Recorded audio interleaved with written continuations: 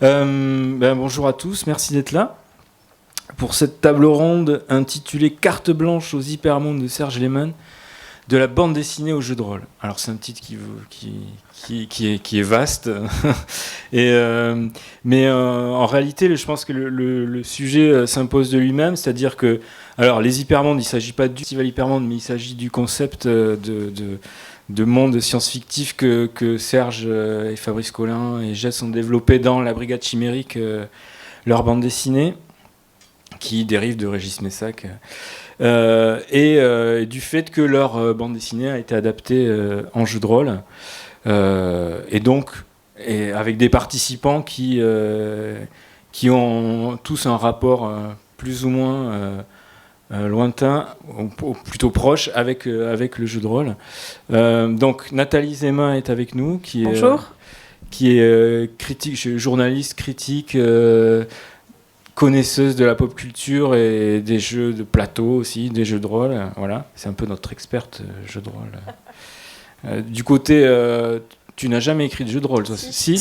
Ok. Je travaillais sur plusieurs gammes pour de la relecture technique et de la relecture. J'ai fait du scénario pour Nautilus, qui est un jeu de rôle utopique, du coup, et pour d'autres gammes, mais qui devraient sortir d'ici Noël. D'accord, ok. Nicolas Texier, qui est romancier. Alors, en ce moment, tu publies tes romans, voilà, au Mouton électrique. Tu as publié aussi Avant de sombrer dans les mauvais genres, tu écrivais des romans pour Gallimard. Ce qui est donc, on peut dire que voilà, non, mais tu progresses. Déchéance. Tu progresses en fait, c'est ça. Ouais. Ah. Non, c'est un parcours que je trouve très très chouette. Et tu travailles sur des jeux de rôle aussi. Tu joues depuis très très longtemps, et notamment tu as travaillé récemment sur le jeu Batman, le jeu de rôle Batman adapté et tu vas pouvoir nous raconter un peu tout ça. Et donc Serge Lehmann, écrivain, scénariste de bande dessinée, de cinéma aussi à ses heures, et qui une fois, mais ouais. c'est vrai, non, mais c'est ça vrai. compte. Et qui tu te consacres plus à la bande dessinée depuis une quinzaine d'années.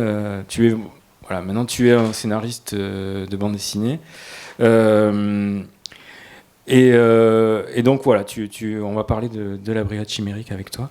Mais avant tout ça, j'aimerais que Nathalie, c'est toi que je vais désigner pour ça, que tu expliques peut-être. Alors, j'imagine que 90% des gens On va leur demander. Savent ce qu'est un jeu de rôle, mais peut-être qu'il y en a pas qui n'y ont jamais joué ou qui. Qui n'a jamais entendu parler de jeu de rôle?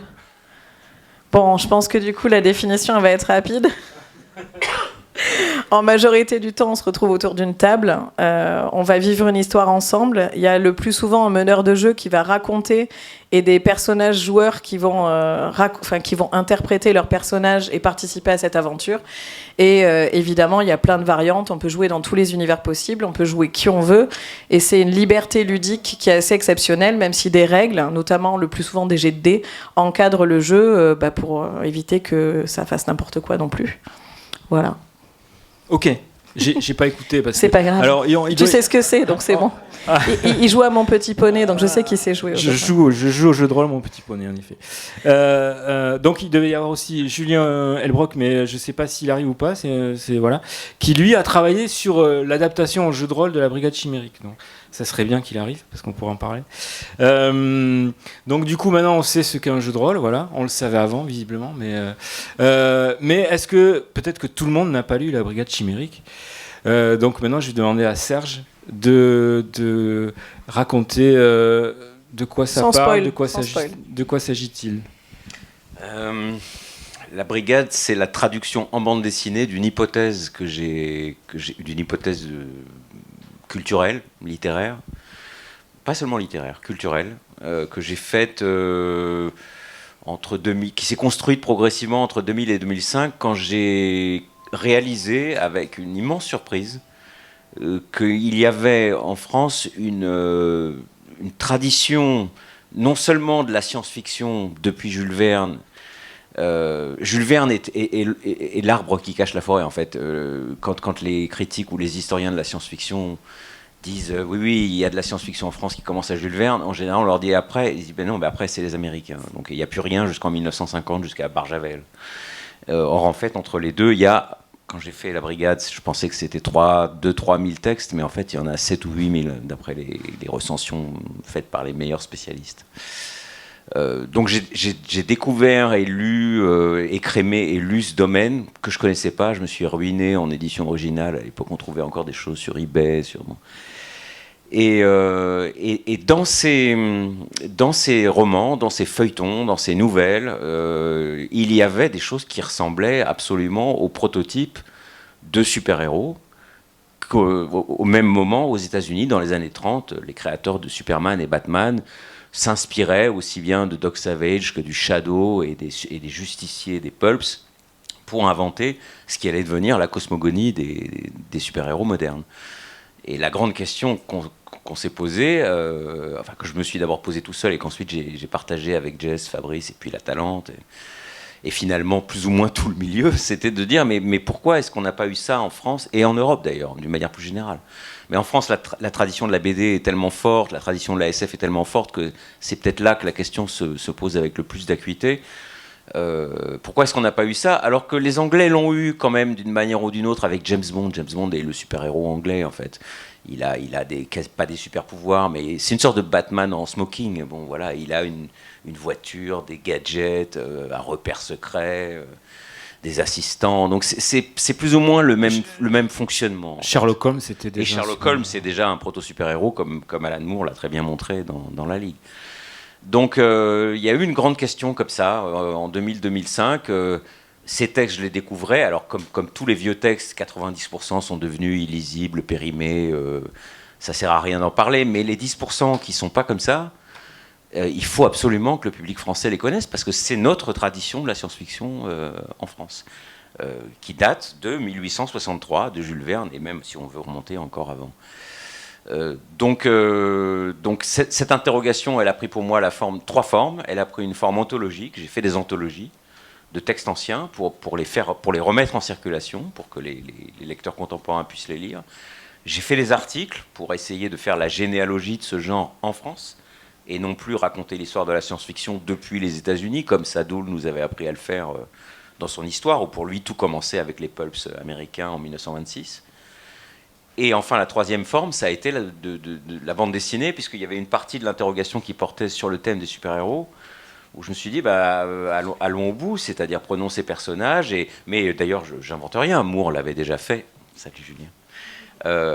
Moore l'avait déjà fait avec la Ligue, donc le terrain était déjà ouvert, mais il n'était pas ouvert sur notre terrain à nous. Et donc, effectivement, ça a d'abord été une sorte de jeu de l'esprit, où j'ai dit à la Talente qui commençait à faire de la bande dessinée, si on faisait un comics en 12 épisodes sur la fin des super-héros européens, je commence à voir ce qu'on pourrait raconter. Puis alors ils m'ont dit, c'est marrant comme idée qui n'arrivera jamais, parce que c'était pas possible. Puis finalement, on pourrait quand même demander à Jess de voir si on peut pas designer quelque chose. Puis Jess m'a demandé un scénario de 3 pages, et puis il me l'a rendu une semaine plus tard dessiné en me disant, je vais tout faire, je vais tout dessiner, j'arrête les séries que je fais chez Delcourt. Enfin bref. Tout s'est passé de manière extrêmement magique. L'éditeur aussi a suivi. Les livres sont sortis, ils étaient beaux, ça a marché.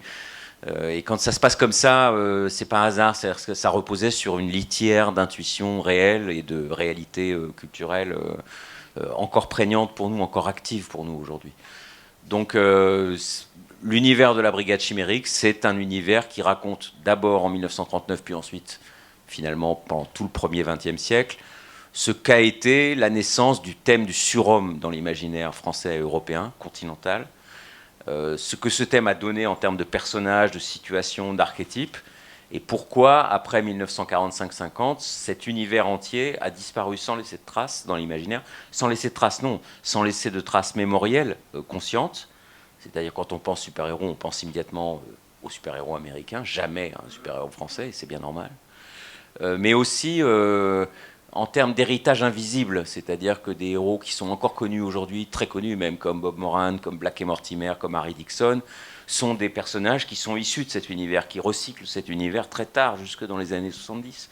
Et après, il y a même l'hommage postmoderne, avec Tardy, avec Adèle Blanc-Sec, avec Skeuten et les Cités Obscures. Donc finalement, c'est un univers qui n'a jamais cessé d'être présent, mais présent et en même temps invisible, présent et en même temps on n'en parle pas parce que ça a toujours été là, ça fait partie du fond culturel, ça mérite pas une attention particulière. Or, quand on s'y intéresse avec une attention particulière, on voit apparaître plein de choses extraordinaires. Donc, basiquement, le concept a eu une déclinaison à la fois critique, une déclinaison anthologique éditoriale et une déclinaison bande dessinée, puis jeu de rôle, grâce à Julien et à l'équipe qui s'est occupée du jeu. Donc la BD, ça se passe dans les années 30 et c'est une équipe de super-héros en un seul être. C'est ça, le concept. Alors le personnage, la brigade est un personnage en fait. C'est effectivement un médecin militaire de la guerre de 14 qui, à la fois irradié et gazé, acquiert le pouvoir de subir une quadripartition. C'est-à-dire que ses archétypes mentaux se matérialisent, lui disparaît et ses archétypes mentaux se matérialisent.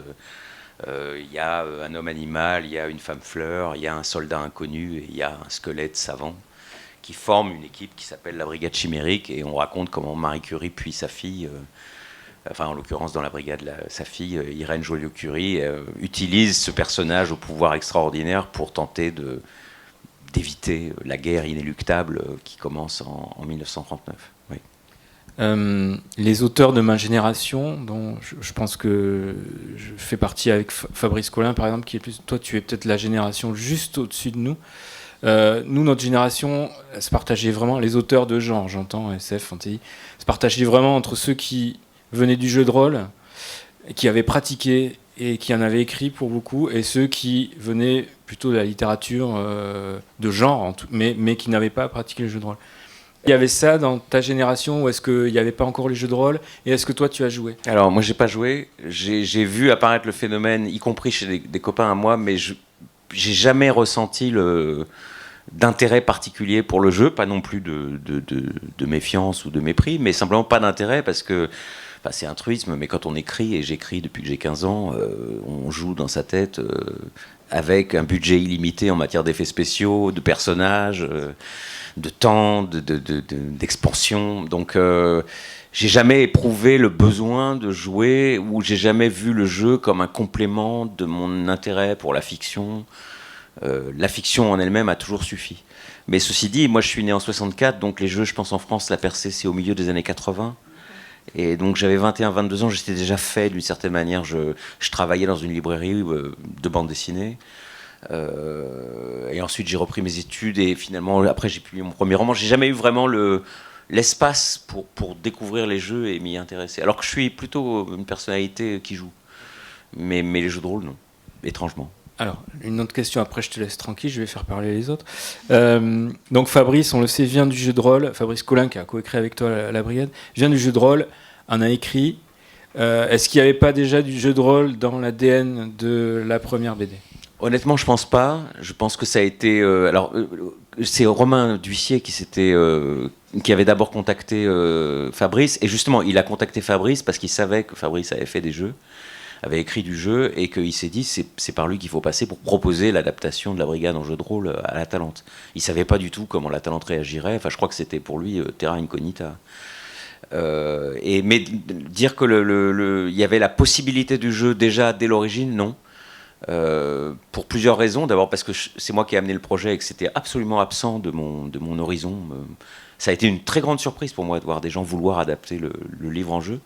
Ça m'était jamais arrivé et j'ai trouvé ça formidable, mais c'était une surprise. Et d'autre part parce que dans le rapport scénaristique qu'on avait avec Fabrice m'envoyait un matériau qui était une sorte de premier jet. Et moi, je sortais d'une période très compliquée au niveau écriture, donc j'avais besoin de quelqu'un qui débroussaille le terrain. Je me disais, j'ai passé 5 ans immergé dans des vieux romans français des années 30, si je me lance tout seul, personne ne va rien comprendre, quoi. Donc j'ai besoin de quelqu'un qui soit complètement extérieur à tout ça, qui ne partage pas cette, disons, passion purement archéologique, et qui ne reçoive le matériau qu'en termes d'intérêt dramatique. Voilà. Alors après, lui, il y a peut-être mis quelque chose peut-être un espoir, peut-être qu'il y a pensé. Mais s'il y a pensé, on n'en a jamais parlé avant que la question soit posée par les gens de l'équipe. Ok.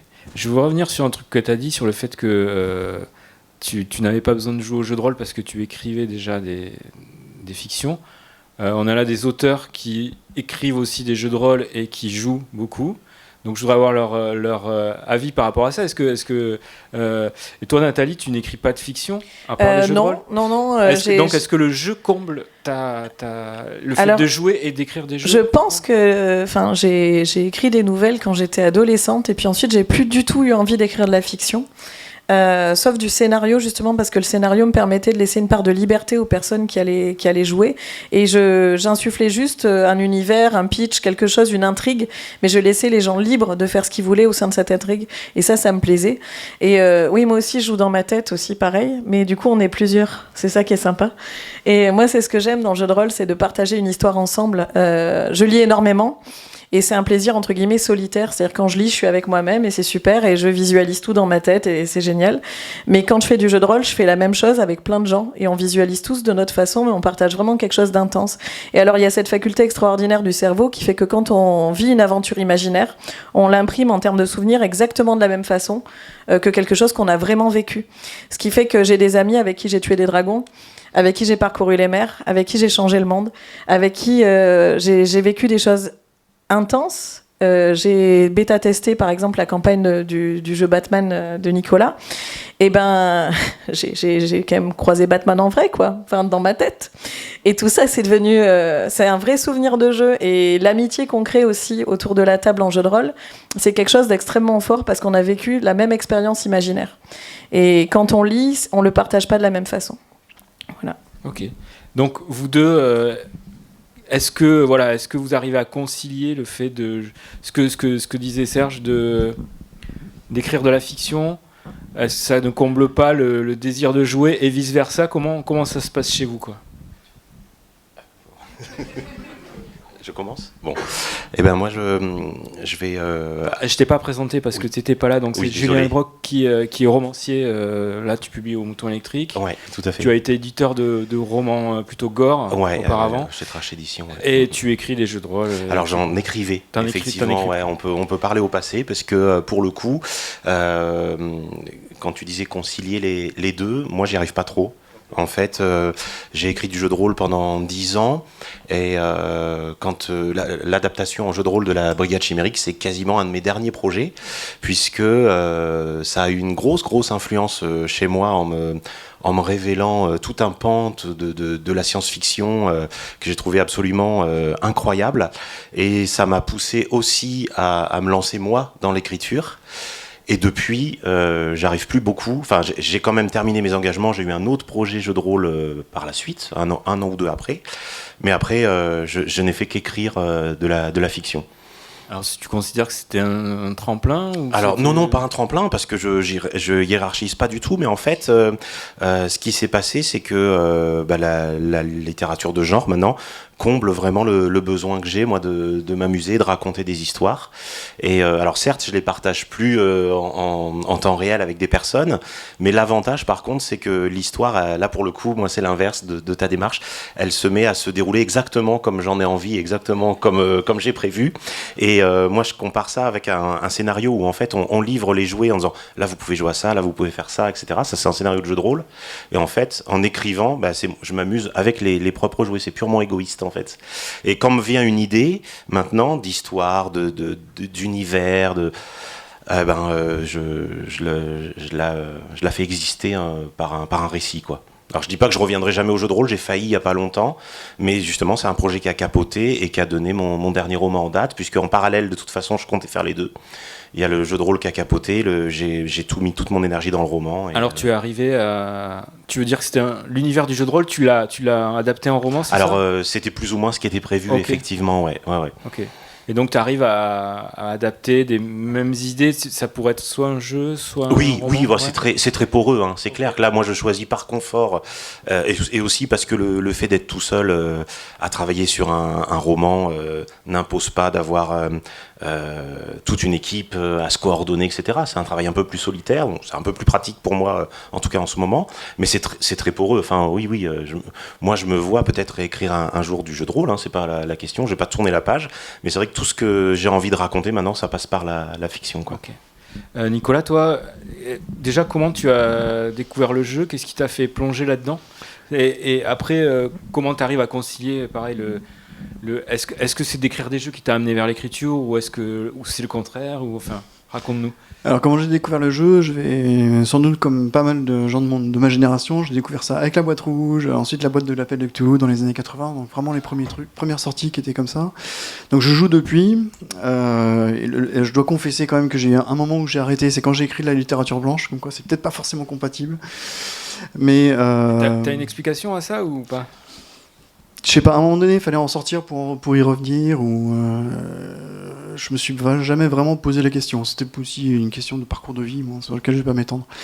Mais pour ce qui est de la complémentarité, alors pour moi, effectivement, ça fonctionne complètement en complémentarité, justement, puisque, en fait, l'écriture, bon, d'abord, il y a une dimension littéraire que je pourrais pas trouver dans le jeu de rôle, naturellement, mais par contre, il y a les deux activités partagent la construction romanesque, finalement, et le fait d'écrire des histoires, d'inventer des univers, et ainsi de suite.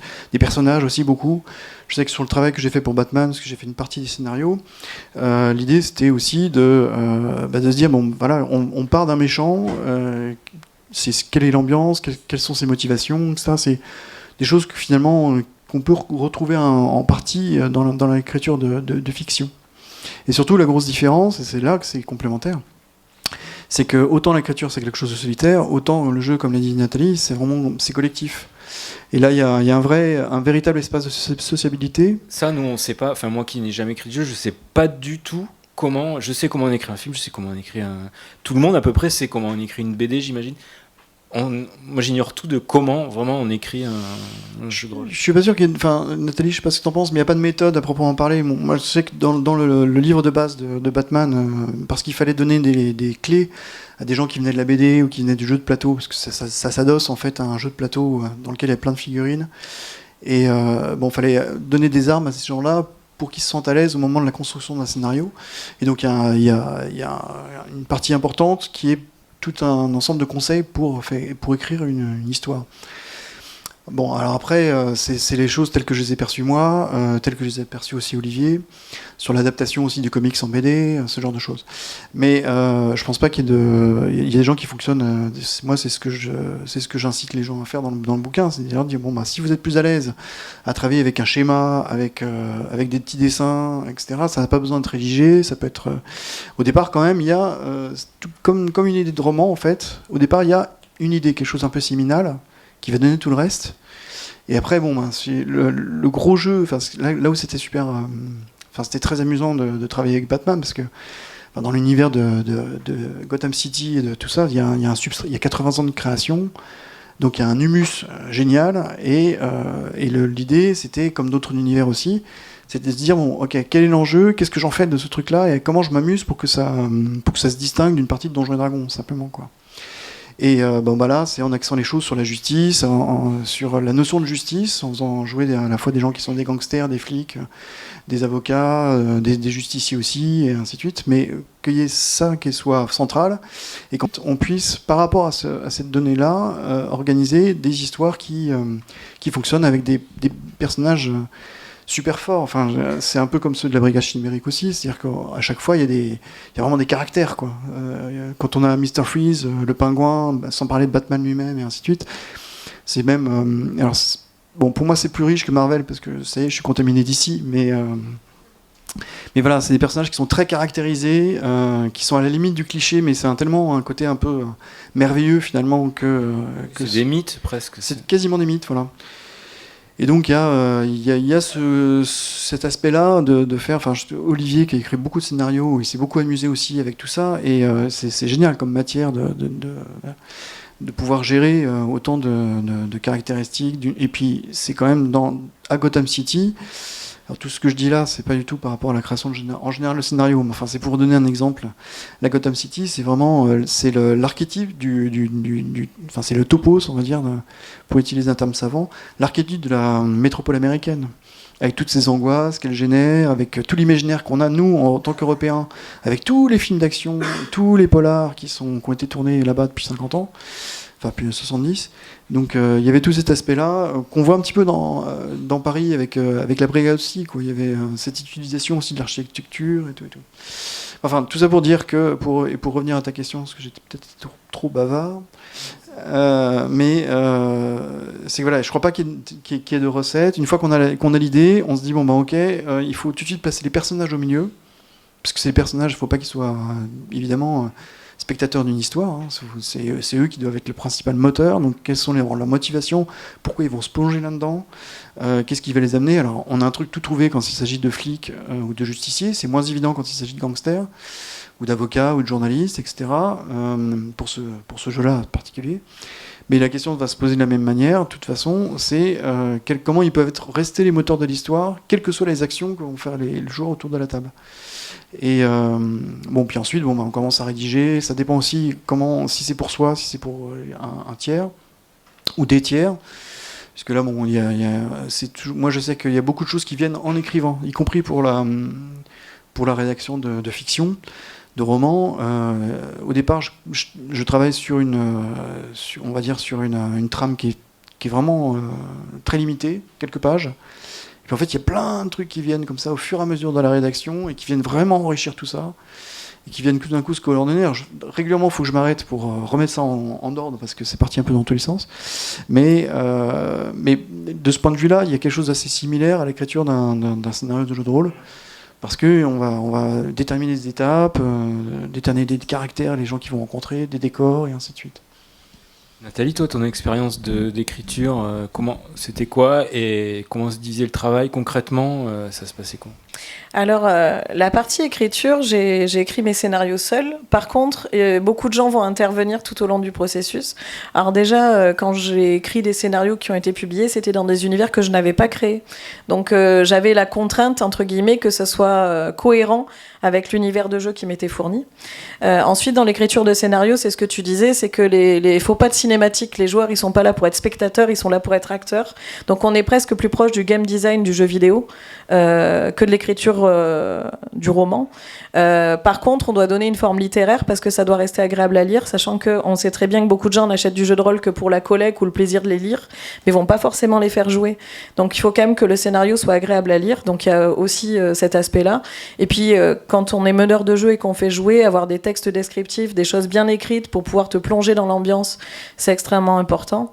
Donc, il y a cet aspect-là et un aspect très technique qui est l'aspect jeu, où on va rajouter des points de règle dans le scénario pour que le meneur sache à quel moment du scénario il va faire interagir les personnages, il va faire intervenir des personnages non joueurs, voire on doit écrire des dialogues déjà prêts avec des personnages non joueurs. Donc toutes ces choses-là, c'est assez compliqué. Souvent il y a des fausses pistes, il y a les quêtes annexes, un peu comme dans le jeu vidéo. Donc du coup, il va falloir tester. Et là où il y a une grosse différence, c'est que là où par exemple vous allez faire lire vos romans à des amis ou à des lecteurs professionnels, enfin pour relire, je le fais de temps en temps, ça corriger des épreuves, mon Dieu, quel travail. C'est très courageux. Moi, je vais faire playtester les scénarios. Et en général, sur des bouts de scène, d'abord, pour voir si les scènes sont fonctionnelles et si les joueurs sont actifs. Et ensuite, sur le scénario entier, pour voir si l'intrigue les tient, si elle est cohérente, s'il y a des enjeux. Parce qu'en plus d'être actifs, ce qui est intéressant, c'est que les joueurs aussi aient des dilemmes. À un moment, ils aient des choix importants à faire et que ça leur apporte quelque chose aussi. Qui interagissent vraiment avec l'univers et qu'à la fin du scénario, ils soient plus tout à fait les mêmes et que l'univers ait peut-être un peu changé aussi. C'est bien que la situation avance. Alors d'autant plus si c'est une campagne, une série de plusieurs scénarios. Et cette phase de test, en fait, elle implique pas mal d'allers-retours où les gens vont donner leur avis, etc. Pour reprendre l'exemple de Batman, moi j'ai playtesté la campagne, c'était vraiment les premières écritures. Je ne sais pas où ça en est maintenant parce que je sais que ça a beaucoup évolué entre-temps. Mais on a passé des nuits entières à débunker tous les éléments du scénario. Là c'est trop cinématique, là c'est complexe, là on n'a pas forcément les infos suffisantes, etc. Et ce passage-là, il est important parce que vous pouvez créer un scénario qui a l'air super, qui serait une super nouvelle, par exemple. Sauf qu'à table, il va pas forcément être jouable parce que ou il est juste très linéaire, donc c'est très passif, ou alors il manque des éléments pour que les joueurs comprennent ce qui se passe. Parce que évidemment, dans notre tête, c'est très clair, mais c'est pas forcément très clair ensuite pour les personnes qui jouent. Et cet aller-retour avec des testeurs, c'est quelque chose de très différent parce que déjà en général on fait tester une table de 4-5 on va dire. Donc on a des retours, chaque personne a son ressenti. Selon le type de personnage qu'il a joué, il a eu plus ou moins d'interactions dans le scénario. Donc il faut aussi penser à ce que plusieurs types de personnages aient de l'action. Un personnage social qu'il ait son quota de discussion si vous voulez.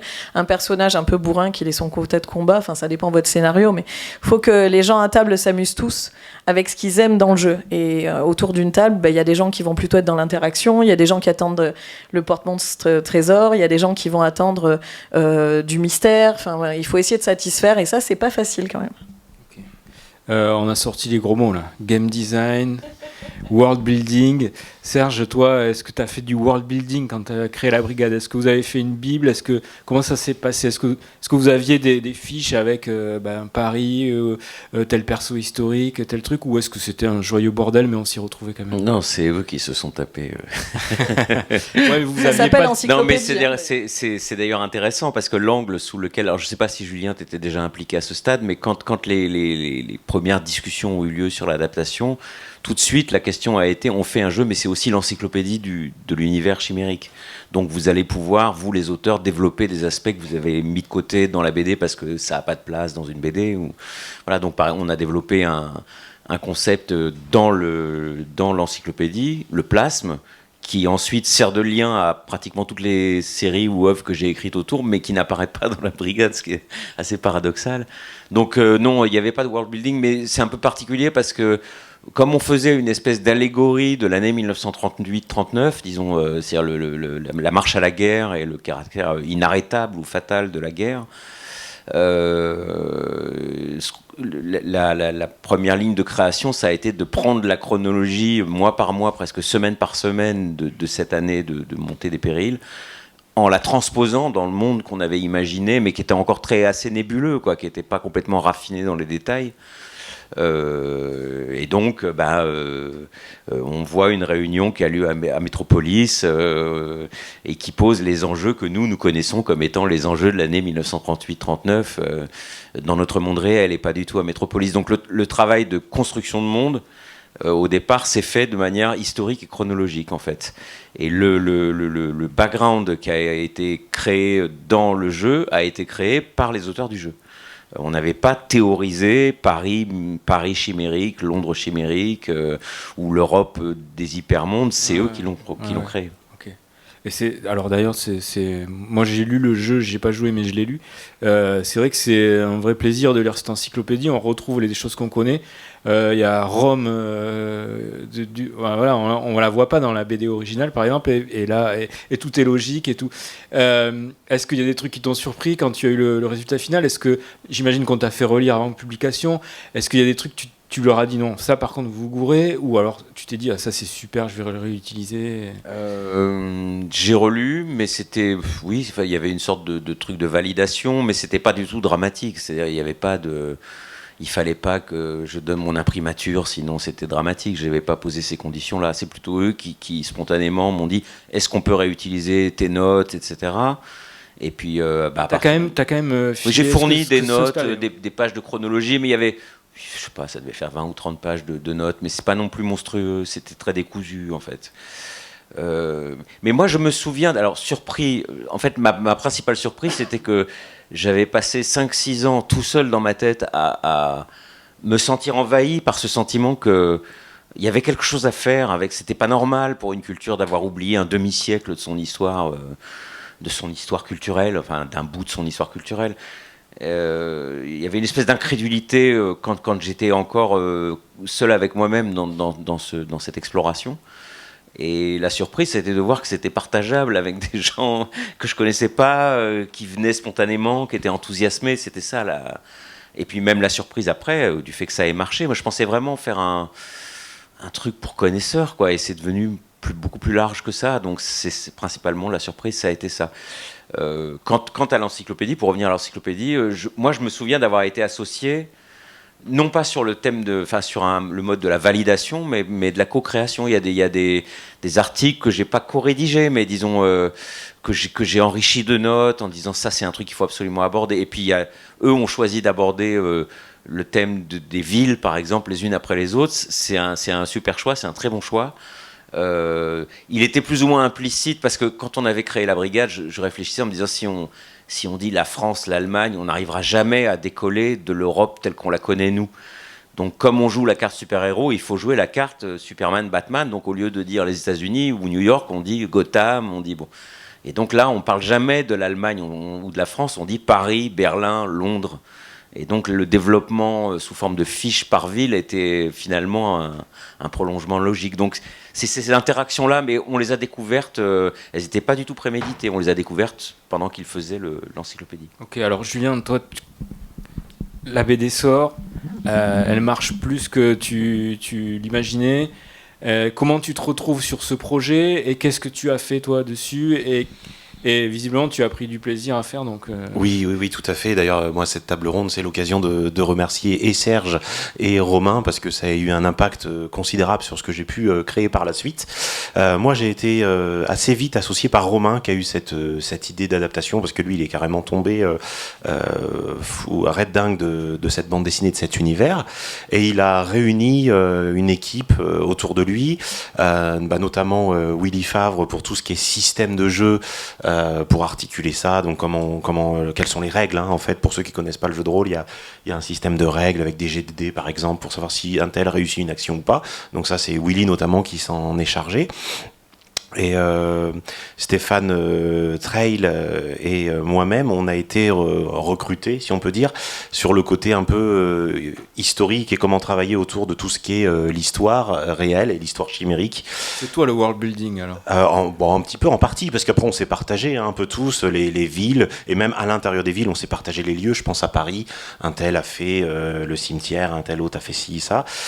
Moi, je sais que Romain m'avait particulièrement demandé d'intervenir sur tout ce qui était nous autres et le surhomme collectif, puisque j'avais moi un net attrait pour tout ce qui est l'URSS totalitaire et surtout à l'époque stalinienne.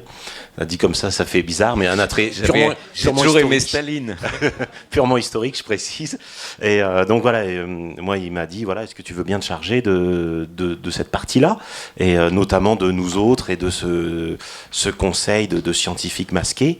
Et moi c'est comme ça, enfin en tout cas c'est mes premiers souvenirs, c'est bon qui sont ces gens sous les masques, et on va essayer de mettre un savant sous chaque masque, un savant plus ou moins fou, et donc on a commencé à creuser dans les textes de l'époque, et c'est là que ça a été une sorte de feu d'artifice effectivement, parce que je me suis rendu compte que c'était complètement dingue, que chaque personnage était plus grand que l'autre, avec des histoires de macrobes gigantesques, de savants fous, de gens qui se téléportaient sur Mars, machin, etc. Enfin c'était un terreau incroyablement riche.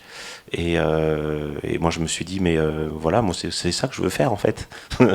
Et ça t'a lancé vraiment vers l'envie d'écrire des trucs dans ce style. C'est quoi l'impact réel sur ton œuvre en fait ? Oui, alors ça faisait un petit moment que je tutoyais un petit peu cette envie quand même, mais ça faisait 10 ans que j'avais passé du temps à écrire du jeu de rôle, à écrire des scénarios, des univers, etc. Petit à petit quand même il y avait cette envie de fiction, sans trop oser franchir le pas. Et puis alors moi j'ai toujours cette image un petit peu nulle probablement, mais qui marche pour moi, c'est-à-dire que je sentais que c'est comme un véhicule dans lequel on fait le plein, et au bout d'un moment quand il y a le plein, clac, il y a la détente là qui revient.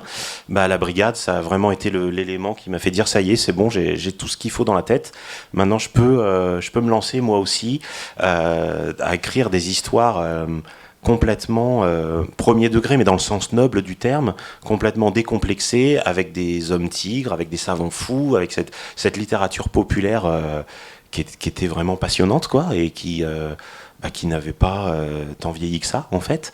Et jusqu'à aujourd'hui, jusqu'à ma dernière publication, moi je pense que dans mon dernier bouquin, il y a du Gustave Le Rouge, puis il y a de cet univers-là, il y a du merveilleux scientifique, quoi. Serge, quand on voit ces concepts comme ça, étendus, explicités, est-ce que tu t'es pas dit à un moment, moi c'est un truc auquel j'ai pensé, j'ai pas la réponse, mais est-ce que tu t'es pas dit on va trop expliquer de choses, on va perdre du sense of wonder, on va perdre du mystère qu'il y a dans la BD si on explique trop de choses. Tu vois, par exemple, on explique bien le plasme, les hypermondes, tous les concepts dans le jeu de rôle qui sont plus flou peut-être dans la BD, mais plus évident dans l'intrigue en fait. Est-ce qu'il n'y avait pas cette crainte ou cette... je sais pas si c'est une crainte, mais... Non, il n'y a pas eu cette crainte. D'abord parce que, comme je disais tout à l'heure, le principal concept, c'était effectivement le plasme. Or, il n'apparaît pas dans la bande dessinée. Donc, c'était une occasion de créer quelque chose en plus. Donc, il ne pouvait pas y avoir de risque de saturation ou d'abaissement, en fait, ou de réduction du sentiment de merveilleux que procurait la bande dessinée, puisqu'on n'élucidait pas une pièce, on ajoutait une pièce. Donc, c'était quelque chose de plus. Et d'une manière générale... Mais ça tient beaucoup à la qualité de l'équipe et à la façon dont ils ont abordé le projet. Il n'y avait pas de... Comment dire ? Il s'agissait d'amplifier l'émerveillement, en fait, et pas tellement de vider les poches de chaque personnage pour voir tout ce qu'il y avait dedans. C'était plutôt jouer la carte de la surmythologie plutôt que ou d'approfondir la mythologie, de l'enraciner. Il y a un risque, mais ils sont pas... Mais moi, j'ai jamais senti... Je me suis pas posé la question avant parce qu'en fait, je voyais pas exactement ce qu'ils voulaient faire, n'étant pas joueur. Et il y avait la double dimension jeu et encyclopédie. Et une fois que les premiers textes sont arrivés, que j'ai vu les images de Jez, je me suis dit, mais non, mais c'est parfait, c'est un complément, c'est ce que les Américains appellent un compagnon. C'est parfait. Et pas du tout une sorte de note de bas de page énorme qui rétablirait la vérité sur chacune des choses et qui donc effectivement n'aurait pas été forcément très enthousiasmant. Non, là, j'ai pas senti ce risque-là. Oui, effectivement, c'est vraiment la volonté qu'on avait, c'était pas de... Par exemple, je reprends l'exemple du comité central et des scientifiques qui sont masqués, dont on ne connaît pas les identités. L'idée, c'était pas juste de révéler en disant, lui c'est le docteur machin, lui c'est le docteur machin, puis point, voilà, ça y est, vous le savez. Mais comme on essayait de rassembler des œuvres derrière, parce que moi, pour je sais plus combien ils sont, mais pour tous ces docteurs, j'en ai inventé aucun. J'ai été pioché dans différents romans qui étaient écrits dans ce courant littéraire-là. Et en fait, chaque docteur, ça ferme pas une porte, ça en ouvre une sur son univers, sur ses travaux, sur les péripéties qui ont pu lui arriver, et le meneur de jeu, libre à lui d'aller chercher là-dedans, et ça, peut-être ça ouvre encore, enfin pas encore plus, mais d'autres mystères, quoi. Et j'ajoute une note là-dessus, c'est qu'en fait la ressource profonde, disons, de l'émerveillement qu'a suscité du plaisir qu'a donné la Brigade Chimérique, c'est un monde assez construit, mais le plaisir vient du fait que c'est un monde qui préexiste. C'est-à-dire il y a un côté archéologique. Et donc dans l'archéologie, il n'y a pas de risque d'épuiser le merveilleux, puisque par définition, tu creuses une couche supplémentaire, tu trouves d'autres détails qui t'aident à compléter. Tu es face à un puzzle que tu assembles pièce par pièce. Et donc il n'y a pas d'invention gratuite. En fait, c'était ça la magie de cette aventure. C'est que l'invention n'est pas gratuite, puisque tout a déjà été inventé il y a un siècle, et qu'on ne fait que rendre au public et rétablir dans la conscience contemporaine l'existence de cette mythologie. Donc de ce point de vue-là, c'est autant un travail de création qu'un travail d'archéologue et d'historien. Planétaire, il a encore. Oui, exactement. Il y a un supplément qui s'appelle « Aux confins du merveilleux scientifique », où vous avez publié des nouvelles de Maurice Renard, quoi. Alors ça, c'est vraiment eux. Moi, je m'en suis pas du tout mêlé. Mais ça, c'est une espèce d'évangélisation. On va faire lire aux jeunes.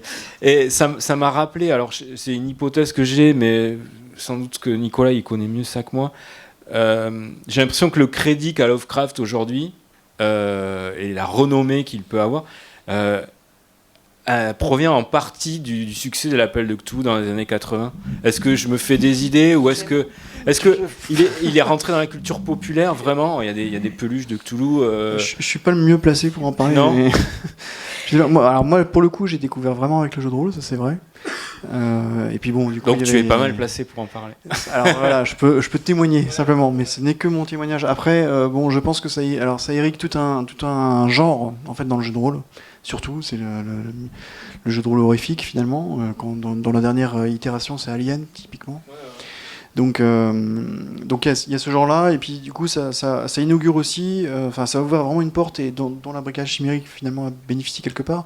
C'est un jeu de rôle où on n'est pas bêtement un barbare qui va taper des orques qui n'ont rien demandé. Donc voilà, c'est plus on ouvre une première porte, il y en aura d'autres qui seront ouvertes plus tard par d'autres jeux. Mais l'appel de Cthulhu, voilà, c'est un peu un appel d'air vers quelque chose qui soit moins, je t'en parlais tout à l'heure, mais qui soit moins dans le fantasme de puissance, en réalité. Et juste pour revenir sur Maurice Renard, en fait, il y a une tradition quand même dans les bouquins de base de jeux de rôle, c'est de souvent commencer par une nouvelle introductive qui nous plonge dans l'ambiance. Et je pense que c'était difficile de trouver mieux que Maurice Renard pour se lancer dans les confins du merveilleux. Donc ça, c'est traditionnel. Et pour Lovecraft, c'est particulier parce qu'effectivement, il a déjà beaucoup de suiveurs qui ont repris ses univers et sa mythologie dans la littérature. Mais le jeu de rôle va le faire connaître à des gens qui sont pas forcément des lecteurs de ce type de littérature. Donc automatiquement, il va atteindre plus de monde, il va atteindre le jeu vidéo via le succès du jeu de rôle, ce qui va toucher encore un public plus large. Et puis ça va devenir une référence à la pop culture, c'est-à-dire que petit à petit, on va avoir du Lovecraft partout parce que les gens doivent aimer les tentacules, parce qu'il y a même des références à Cthulhu dans plein de séries télé, dans plein de films, etc. Et pour la petite histoire, c'est Lovecraft qui a inventé les easter eggs, puisque dans ses écrits, il s'amusait à décrire des personnages, et ces personnages-là, en fait, c'était les descriptions physiques de ses potes, notamment Robert Howard qui a fait Conan le Barbare ou d'autres, et par là même, les autres répondaient dans leurs écrits en replaçant des petites vannes sur lui. Et c'est vrai que c'est vraiment c'est vraiment l'auteur dans la pop culture que tout le monde connaît sans forcément l'avoir lu. Mais les gens savent qu'il y a un gros monstre qui est dans l'océan et qui a des tentacules, et c'est une horreur qui permet de générer plus de mystère que ce qu'est généré Donjon à l'époque, où effectivement le but c'était de jouer un perso très très fort, alors que le principe même de l'appel de Cthulhu c'est de jouer le Pékin moyen. Parce qu'il y a même un jeu où on vous propose de jouer une bibliothécaire, quoi. Alors, moi, personnellement, je connais des bibliothécaires dans la salle. Et je veux dire, je pense que ça peut être les personnes les plus intelligentes et agréables du monde, avec une grosse épée et une armure. C'est pas la personne à qui je confierais le destin de la planète s'il faut aller tuer un dragon. Et dans l'appel de Cthulhu, on pouvait jouer qui on voulait. Et des gens normaux, à l'opposé, du coup, de la brigade ou de donjon. Donc, c'était ça aussi qui était intéressant. On parle de jeux et de livres en fait, mais en réalité j'ai l'impression, c'est pareil, c'est une hypothèse, que les jeux qui sont publiés, qu'on lit, ce sont simplement des outils de travail en fait. C'est comme un scénario de cinéma, c'est un outil qui va servir au moment où on va jouer. Et est-ce que la vraie œuvre, c'est pas la partie avec les copains, jeter des dés? Est-ce que la vraie œuvre, c'est pas le G2D, l'intuition de Jenny pour se sortir de tel piège? Est-ce que c'est pas le maître de jeu qui l'a fait plutôt que le livre lui-même en fait? Le livre n'est qu'un support, je sais pas, Nicolas Oui et non. Alors le fait est que je distinguerais sans doute les deux choses. Effectivement, il y a une œuvre collective, ça c'est clair. Enfin, je veux dire, c'est pas alors, une œuvre, oui et non, parce que des fois c'est entre 3 bières et 2 pizzas. Bon, c'est pas toujours super évident, mais. Mais le fait est que, alors, je pense en particulier, du jeu de rôle en campagne, où là on va aller sur le long terme, on va créer tout un truc, etc. Moi j'ai longtemps fait, on doit bientôt la terminer, mais une campagne dans le jeu de Meute. Et c'est un jeu où justement les joueurs ont amené plein de choses, donc du coup ça a créé vraiment un truc, justement une œuvre collective comme ça. Et après, je pense cependant, parce que le scénario de cinéma typiquement, lui il va simplement, il vise rien d'autre qu'être très pratique sur le tournage. Étape, ouais. Et voilà. Le jeu de rôle, comme disait tout à l'heure Nathalie, c'est aussi pour beaucoup de monde une occasion de lire quelque chose d'agréable, de se plonger dans un univers, donc il faut que ça soit lisible. Voire bien foutu, que ça soit vraiment un plaisir de lire ça, pour s'immerger, pour amener tout un tas d'éléments et ainsi de suite. Donc il y a quand même un effort qui est fait en termes de formel, qu'il n'y a pas forcément dans le scénario en dehors du moment où il est joué, quoi. C'est vrai que quand on a un jeu, on achète un jeu, on peut lire tout le contexte, le background, la création de perso, etc. On lit pas forcément les scénars si on n'a pas envie de les faire jouer, forcément. On n'a pas le même plaisir. Donc on peut distinguer peut-être les scénarios du livre de base. Oui, alors après, il y a beaucoup de gens qui achètent des livres de scénarios parce qu'en fait, ils sont maîtres de jeu et ils vont pas forcément les faire jouer. Mais au moins, en tout cas, ils profitent d'une belle histoire. Et c'était aussi ce à quoi on s'est attaché avec Olivier et Maillard Chakeri aussi, qui a participé à l'écriture de tous les scénarios. Parce qu'il y a, pour expliquer, donc il y a 3 volumes différents dans le jeu de rôle Batman. Il y a un livre de base, il y a un guide de Gotham un peu définitif qui sont faits par 2 spécialistes français de Gotham City, et il y a un livre qui regroupe une quinzaine de scénarios, dont 2 campagnes. Et ce à quoi on s'est attaché tous les trois, c'est justement de faire des choses qui soient agréables à lire simplement, et que finalement les gens qui les lisent, nos premiers retours ça a été ceux des traducteurs, qui nous ont dit à chaque fois ouais c'est vraiment super, ça avance vachement bien, on voit vraiment passer l'histoire sous nos yeux, quoi. Comment des Français se retrouvent à bosser sur un jeu Batman? C'est pas banal. Comment tu t'es retrouvé là? Et est-ce que d'ici vous ont donné des consignes précises, ont été vraiment sur votre épaule ou pas du tout? Alors, moi je suis un peu entré par effraction, c'est-à-dire que en fait je connaissais bien les gens de Monolith, qui est donc la société qui a fait le jeu de rôle et donc au départ surtout le jeu de plateau, un jeu de figurines dans l'univers de Batman. Donc ils avaient acheté la licence tout simplement, ça coûte assez cher, et puis ensuite ils ont édité un jeu de plateau qui a eu beaucoup de succès. C'est des trucs qui ont été lancés sur Kickstarter, et donc on joue des personnages avec des missions à accomplir, quoi. Et puis ils avaient vraiment envie parce qu'ils avaient eu une expérience très positive avec un jeu de rôle précédent qui s'appelait Capitaine Vaudou, une réédition. Ils avaient vraiment envie d'aller sur le terrain du jeu de rôle. Ils se disaient vraiment qu'il y avait des possibilités, et le fait est que ça a rencontré suffisamment de succès pour qu'on puisse se dire que il y avait des possibilités. Et donc tout simplement ils ont réuni je dirais pas les gens qu'ils avaient sous la main, mais enfin disons qu'on était ça s'est déroulé, pour tout dire, au cours d'un dîner où on a parlé de ça. Ça se déroule toujours au cours d'un dîner. Voilà, c'est ça. Dîner définitif. Et donc, il y a vraiment eu une prise de conscience collective qu'il y avait vraiment un truc à faire et que ça serait dommage de passer à côté. Donc derrière, ça veut dire quoi? Ça veut dire qu'il fallait prolonger les licences. De toute façon, ils voulaient faire une 3e saison, c'est-à-dire en fait la publication d'une troisième saison du jeu de plateau. Parce qu'au départ, il y a 2 grosses boîtes, puis des extensions. La deuxième saison, ce qu'ils appellent, donc ils ont eu d'autres extensions encore avec d'autres boîtes qui permettent de jouer dans Arkham Asylum, dans le manoir de Wayne, Bruce Wayne et compagnie. Et la 3e saison, ils ont voulu mettre un jeu de rôle dedans, enfin ajouter au jeu de figurines. Donc c'est là que ça s'est constitué. Donc ça veut dire qu'ils prolongeaient la licence, et qu'ensuite, forcément, comme tout ce qu'ils avaient produit auparavant, il fallait que ça passe devant les yeux de la Warner et de DC Comics. Alors au départ, on a eu affaire à Warner France, qui a rapidement passé le ballon à Warner Europe, qui a rapidement passé le ballon à la Warner États-Unis. Et donc là, on part dans un long travail de discussion, d'acculturation aussi. C'est en cours là ou non? Non, tout ça c'est validé, c'est terminé. Donc là, on est en cours de mise en page et traduction en fait. Et mais bon, voilà, il a fallu acculturer des gens qui n'étaient pas forcément très... les gens de Warner n'étaient pas du tout familiers avec le jeu de rôle. Eux, ils avaient plutôt l'habitude de valider des t-shirts et des mugs. Donc ça leur a fait un peu bizarre de se prendre 300 pages dans la tronche.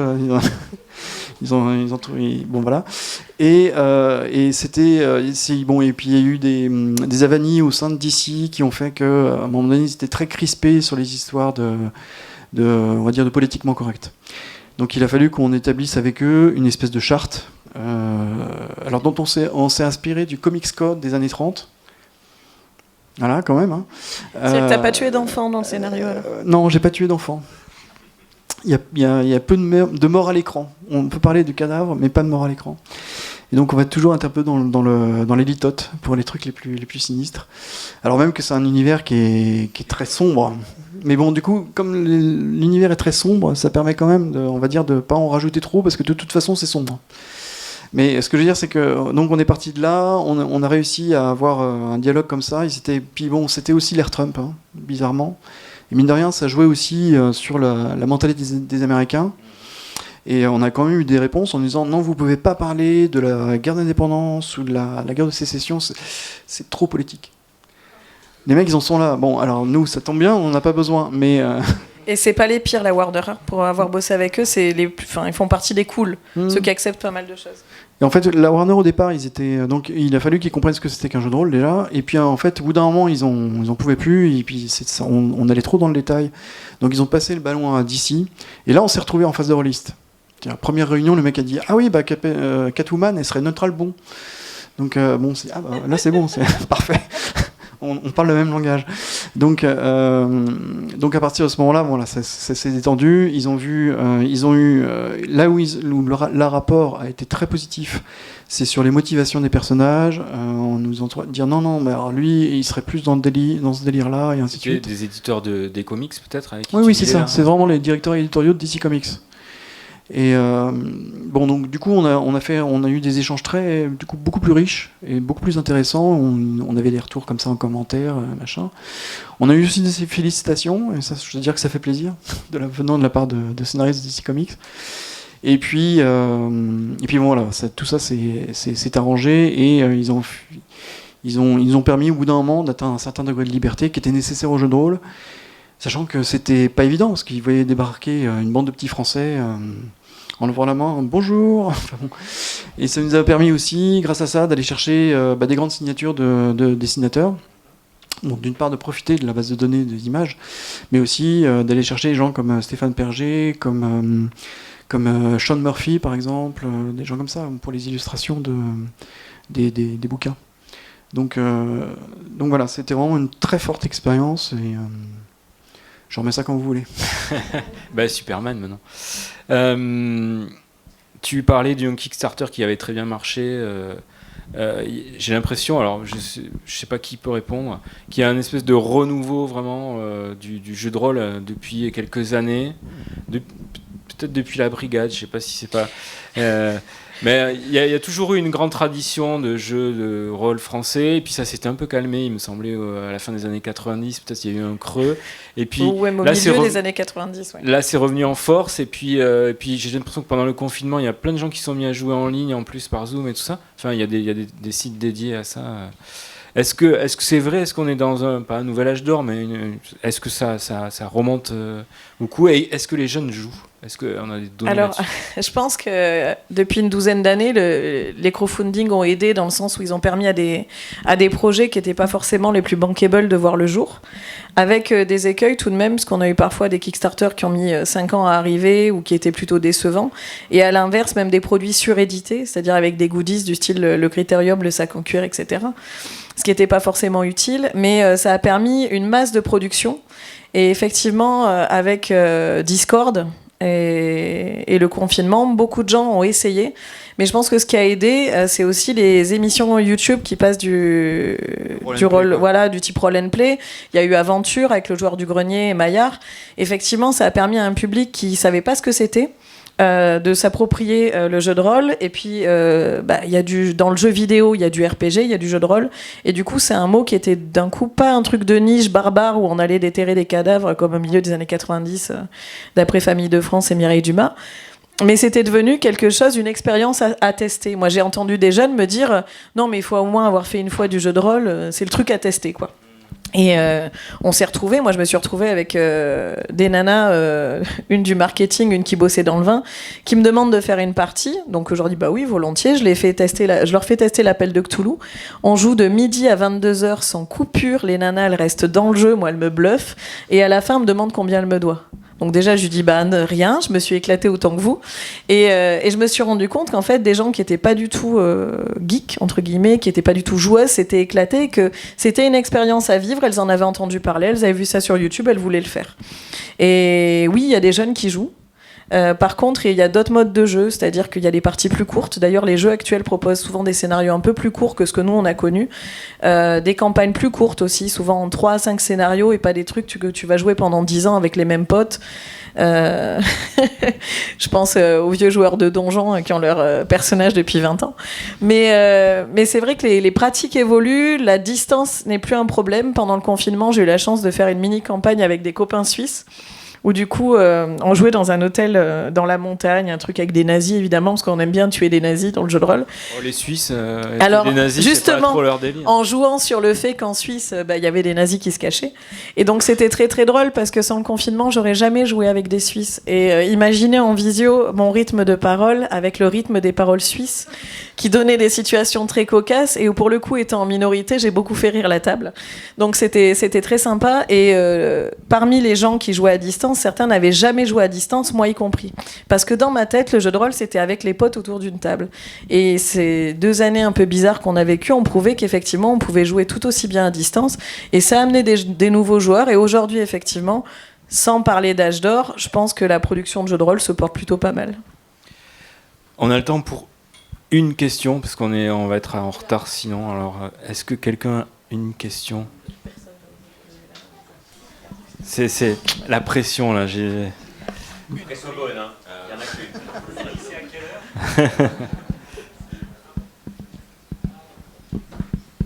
On a le temps pour 0 question aussi, si vraiment vous insistez.